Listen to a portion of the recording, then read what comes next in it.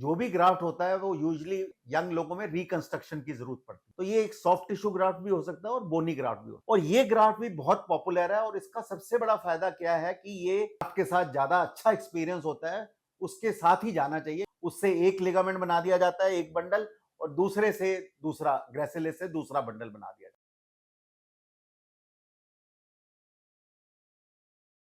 है। जब ये घुटने का एसीएल लिगामेंट टूट जाता है तो ज्यादातर लोगों में इसमें यंग लोगों में रिकंस्ट्रक्शन की जरूरत पड़ती है। अब एक बार रिकंस्ट्रक्शन का फैसला हो गया, तब ये सवाल उठता है कि कौन सा ग्राफ्ट यूज किया जाए। जो भी ग्राफ्ट होता है वो यूजुअली अपनी ही बॉडी का ग्राफ्ट होता है, और उसमें जो सबसे कॉमन ग्राफ्ट्स हैं वो हैं, एक तो बोन पेटलर टेंडन।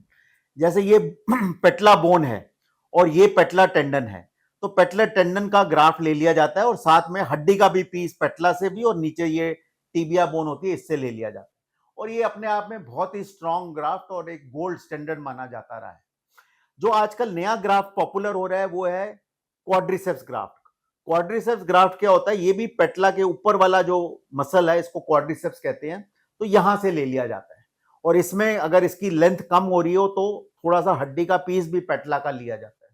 तो ये एक सॉफ्ट टिश्यू ग्राफ्ट भी हो सकता है और बोनी ग्राफ्ट भी हो सकता है। एक तीसरा ग्राफ्ट जो बहुत ही पॉपुलर है वो है हैमस्ट्रिंग। हैमस्ट्रिंग, यहाँ पे टेंडन्स होते हैं लेग में ऊपर की तरफ, वो कहते हैं जैसे सबसे ऊपर सार्टोरियस होता है, फिर सेमी टेंडिनोसिस होता है, फिर ग्रेसिलिस होता है। तो इसमें सेमी टेंडिनोसिस और ग्रेसिलिस ले लिया जाता है। और ये ग्राफ्ट भी बहुत पॉपुलर है, और इसका सबसे बड़ा फायदा क्या है कि ये, अगर हमने double bundle technique of ACL करना है तो ये ग्राफ्ट बहुत ही फायदेमंद रहता है, क्योंकि एक जो हमने टेंडन निकाला सेमी टेंडिनोसिस, उससे एक लिगामेंट बना दिया जाता है, एक बंडल, और दूसरे से दूसरा, ग्रेसिलिस से दूसरा बंडल बना दिया जाता है। एक चौथा ग्राफ्ट भी काफी पॉपुलर हो रहा है, और खासकर जब एक मल्टी लिगामेंट इंजरी वाली सिचुएशन होती है, और वो होता है एंकल के पास से पेरोनियस। और पेरोनियस लॉन्गस लेके ये देखा गया है कि इवन एंकल में कोई इससे दिक्कत नहीं आती है, और ये भी एक अच्छा स्ट्रॉन्ग ग्राफ्ट है। अब किस पेशेंट में कौन सा ग्राफ्ट यूज करना है, ये यूजुअली सर्जन की चॉइस रहनी चाहिए।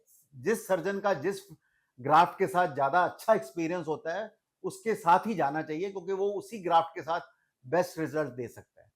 तो इसमें पेशेंट के साथ डिस्कशन जरूर इंपॉर्टेंट है, लेकिन फाइनल चॉइस सर्जन के एक्सपीरियंस पे ही छोड़ देनी चाहिए कि कौन सा ग्राफ्ट यूज करना है।